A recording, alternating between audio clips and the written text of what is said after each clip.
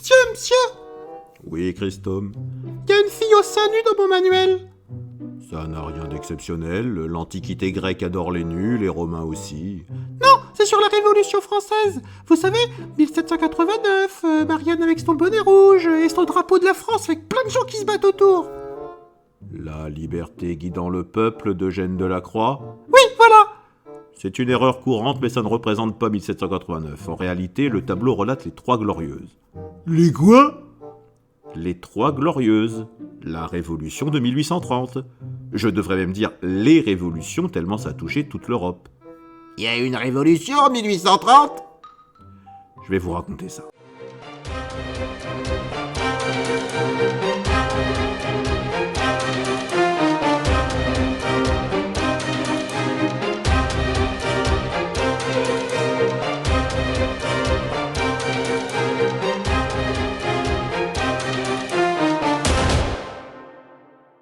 Bonjour chers élèves, je suis le comte de Noiles et dans les années qui comptent, je vais vous raconter l'année 1830, l'année des révolutions européennes.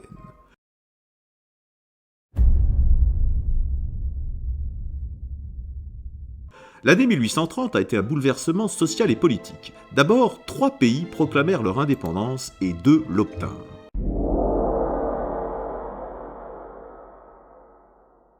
La Grèce est un pays riche en histoire, mais on oublie souvent qu'elle fut maintes fois envahie. D'abord par les Romains en 146 avant Jésus-Christ, la Grèce fut partie intégrante de l'Empire romain, puis de l'Empire byzantin jusqu'à la fin du Moyen-Âge. Les Turcs ottomans envahirent la Grèce, Athènes tomba en 1458. Dès lors, la Grèce orthodoxe fut sous la domination de l'Empire ottoman musulman pendant près de 400 ans.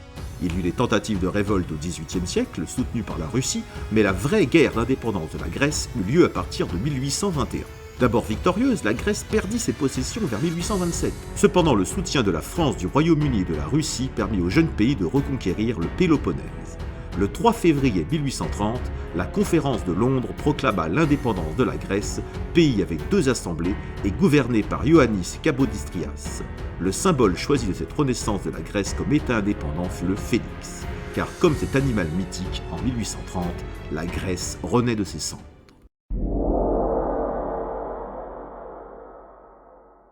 La Belgique a une histoire tout aussi mouvementée, il faudrait une vidéo entière pour en parler. En résumé, la Belgique était dans l'Antiquité une vaste zone, correspondant au nord de la Seine jusqu'au Rhin. Envahie par les Romains, la Belgique devint franque dans le Haut Moyen-Âge, bourguignonne et germanique au XVe siècle, puis espagnole sous Charles Quint, même si elle disposait d'une relative autonomie. En 1713, c'est l'Empire d'Autriche qui hérita officiellement de la Belgique, même si le gouverneur de Bruxelles, de fait, gouvernait le pays. La Belgique tenta de s'affranchir des Autrichiens déjà en 1789 avec la révolte brabançonne. Pas de chance, les jeunes États de Belgique unis furent envahis par la France en 1792, qui garda le pays 22 ans. En 1814, débarrassée des Français, la Belgique espéra l'indépendance, mais fut rattachée à la monarchie des Pays-Bas. Pourtant, les Belges avaient goûté aux idées révolutionnaires. Ils aspiraient à plus de liberté, ce que le roi des Pays-Bas, Guillaume Ier, ne leur donnait pas. Cette union forcée était donc fragile. L'étincelle qui mit le feu aux poudres advint le 25 août 1830 dans un opéra à Bruxelles pour l'anniversaire du roi des Pays-Bas. La Muette de Portici, écrite par Scribe de la Vigne, décrivait la révolte du peuple napolitain contre les Espagnols. Se reconnaissant parfaitement dans cette lutte d'un peuple contre un pouvoir royal étranger, les Belges commencèrent à se révolter au sortir de l'opéra. La révolte s'étendit et les Belges adoptèrent les couleurs brabançonnes, rouge, jaune et noir. Le roi des Pays-Bas envoya son armée le 23 septembre à Bruxelles, mais les Bruxellois opposèrent une telle résistance que 3 jours plus tard, l'armée néerlandaise dut évacuer. Après plusieurs affrontements, le 4 octobre, la Belgique déclara son indépendance. La Pologne avait disparu en tant qu'État en 1795, même si Napoléon Ier avait tenté de la ressusciter en duché de Varsovie de 1807 à 1813. Après 1813, la Pologne fut donnée à la Russie, le tsar Alexandre Ier devenant roi de Pologne. Bien qu'appartenant officiellement à la Russie, la Pologne avait conservé le Code Napoléon, elle possédait sa constitution, son gouvernement, son armée. Il ne lui manquait donc qu'une indépendance officielle. Or, l'indépendance de la Belgique et les soulèvements partout en Europe encouragèrent la Pologne à se révolter. Le 29 novembre 1830, la population de Varsovie se révolta. 4 jours plus tard, un gouvernement provisoire du royaume de Pologne est nommé. Le tsar Nicolas Ier refusa toute négociation, alors l'Assemblée polonaise déchut le tsar du titre de roi de Pologne. Le tsar envoya son armée, la guerre russo-polonaise se termina par la victoire de la Russie en 1831. Contrairement à la Grèce et la Belgique, la Pologne ne réussit donc pas à regagner son indépendance. Elle devra attendre 1919 pour l'obtenir à nouveau. En plus de l'indépendance de nouveaux États, l'année 1830 se reconnaît aussi dans sa volonté de démocratisation de différents pays d'Europe.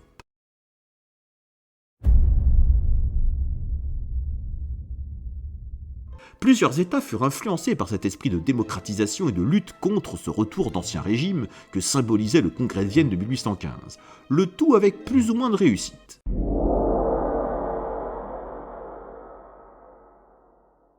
La Confédération suisse est sortie de la domination napoléonienne en 1815 et s'agrandit un petit peu au passage. Reconnu perpétuellement neutre par le Congrès de Vienne de 1815, chacun des 22 cantons est indépendant et seulement lié par un traité commun. Autrement dit, chaque canton a ses lois, héritées de l'Ancien Régime, supprimées par Napoléon, mais rétablies en 1815. Cependant, le peuple du canton du Tessin déclencha une petite révolution en adoptant le 4 juillet 1830 une constitution démocratique. Il entraîna avec lui 11 autres cantons qui généralisèrent le droit de vote au suffrage universel masculin.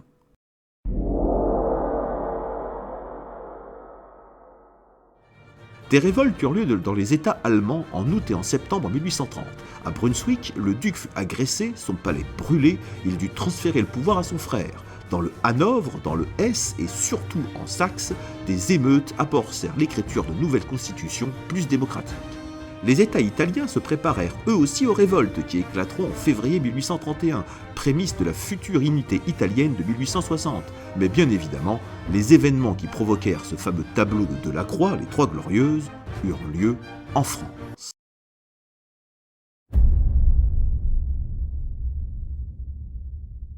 La France est retournée à monarchie en 1814 après la Révolution française et Napoléon. Parce que, oui, on l'oublie souvent, mais il y a eu des rois après Louis XVI et la Révolution française.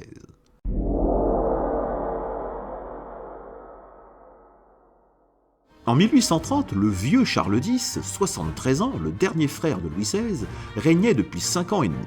Le roi était très impopulaire en cette année 1830. Les élections législatives du mois de mars, pourtant réservées aux plus riches, ont donné la majorité aux libéraux, opposés au ministre de Charles X.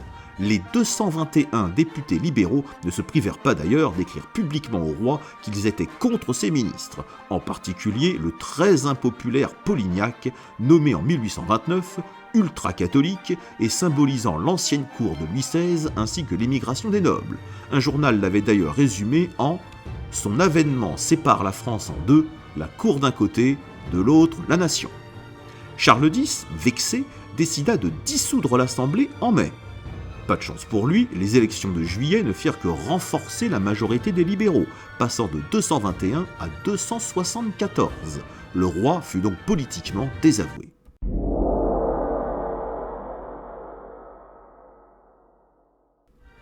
Au mois de juin, histoire de détourner un peu l'attention, et aussi pour retrouver un peu de gloire militaire, Charles X ordonna le début de la conquête de l'Algérie. Il faut dire que les relations diplomatiques entre la France et Alger étaient très tendues depuis 1827, et les hostilités avaient déjà plus ou moins commencé de part et d'autre. C'est donc sans grande surprise que l'armée française débarqua en Algérie le 14 juin, et après plusieurs batailles, s'empara d'Alger le 5 juillet. Sans complexe, Charles X se proclama aussitôt roi de France et d'Alger. Se croyant plus fort grâce à cette victoire, le vieux Charles X, refusant de changer de ministre, tenta un coup de force, celui qui mit fin à son règne.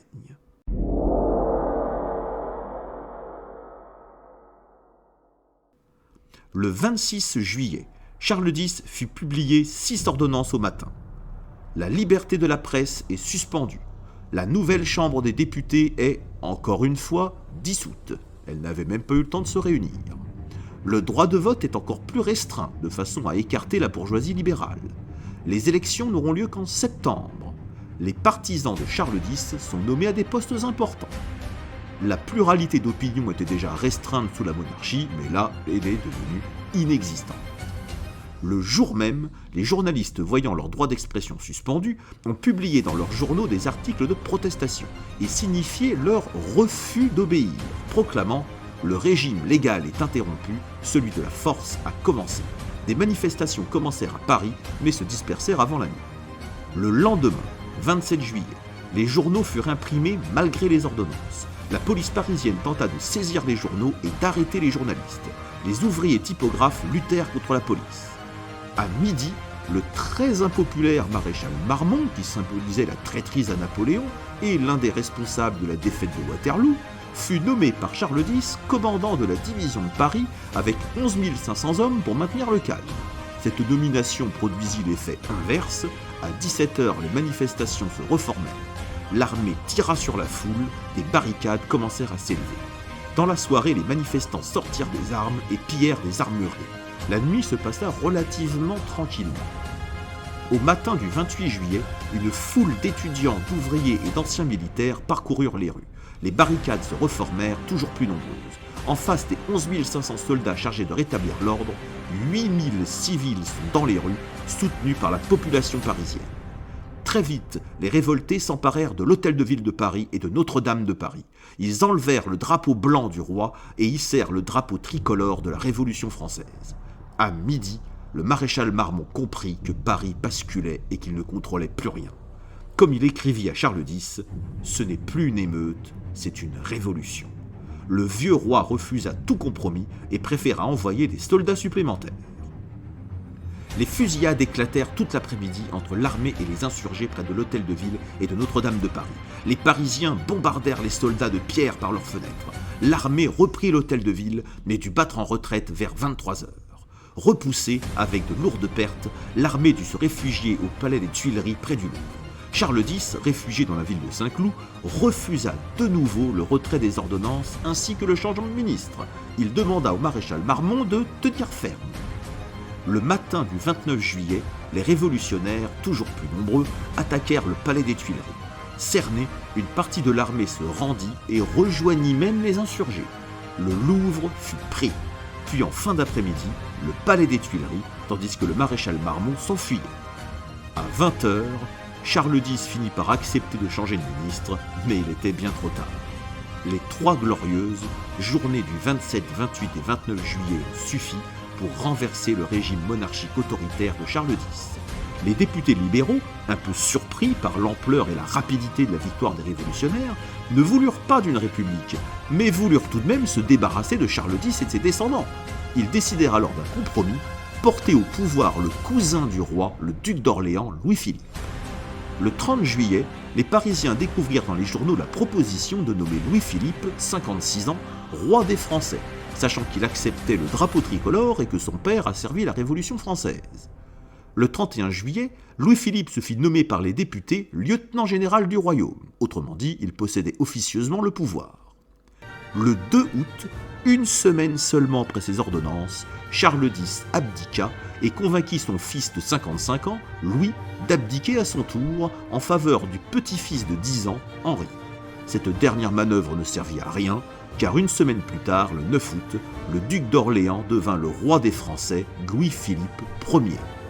Le nouveau régime monarchique, appelé monarchie de juillet, en l'honneur des 3 journées de juillet qui ont fait tomber le régime précédent, était plus libéral, acceptait certains héritages de la Révolution, mais restait une monarchie, ce qui va beaucoup décevoir bon nombre d'émeutiers qui auraient préféré une république.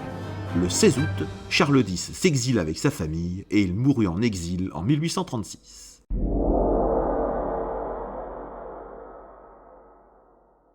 La monarchie de juillet se distinguait de la monarchie précédente en plusieurs points. Le droit de vote est toujours censitaire, seuls les plus riches peuvent voter et être élus. Cependant, le cens est rabaissé, ce qui permet à une bourgeoisie plus large de s'accaparer les élections. Le drapeau tricolore est rétabli. Louis-Philippe n'est pas roi de France, mais roi des Français, gouvernant grâce à la charte, qui est un contrat entre le peuple et lui, contrairement à l'ancienne charte de 1814, qui était une concession que le roi de France accordait à son peuple. En cela, il est donc tributaire de cette charte. Il a été choisi par le peuple et non par sa naissance. Le terme de citoyen et plus de sujet est utilisé pour les Français. Le catholicisme n'est plus reconnu comme religion d'État, mais seulement comme religion majoritaire. Plus de censure de la presse.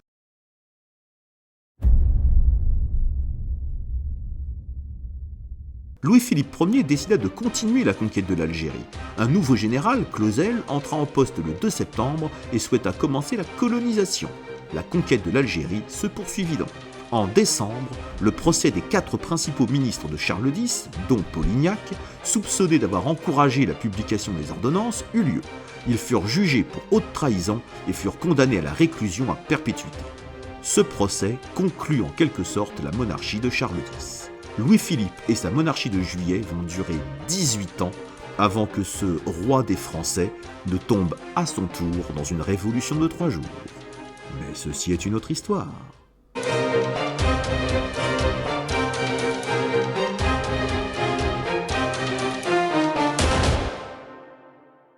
Vous êtes sûr qu'il s'est passé tout ça en une seule année? Eh oui. Mais si j'ai bien compris, votre révolution, elle a viré un roi pour remettre un roi? Ça a l'air bizarre, mais oui. Remarque, c'est logique, regarde-nous. Quand on quitte un prof, on nous en remet un. Ouais, faudrait la révolution ici aussi. Ah ouais, tout pareil, on inventera un drapeau, on nommera notre propre prof, et celui qui met la meilleure note, et si on n'est pas content, on le vire et on en met un autre. Ouais, vive la révolution! Je crois que j'ai créé des monstres.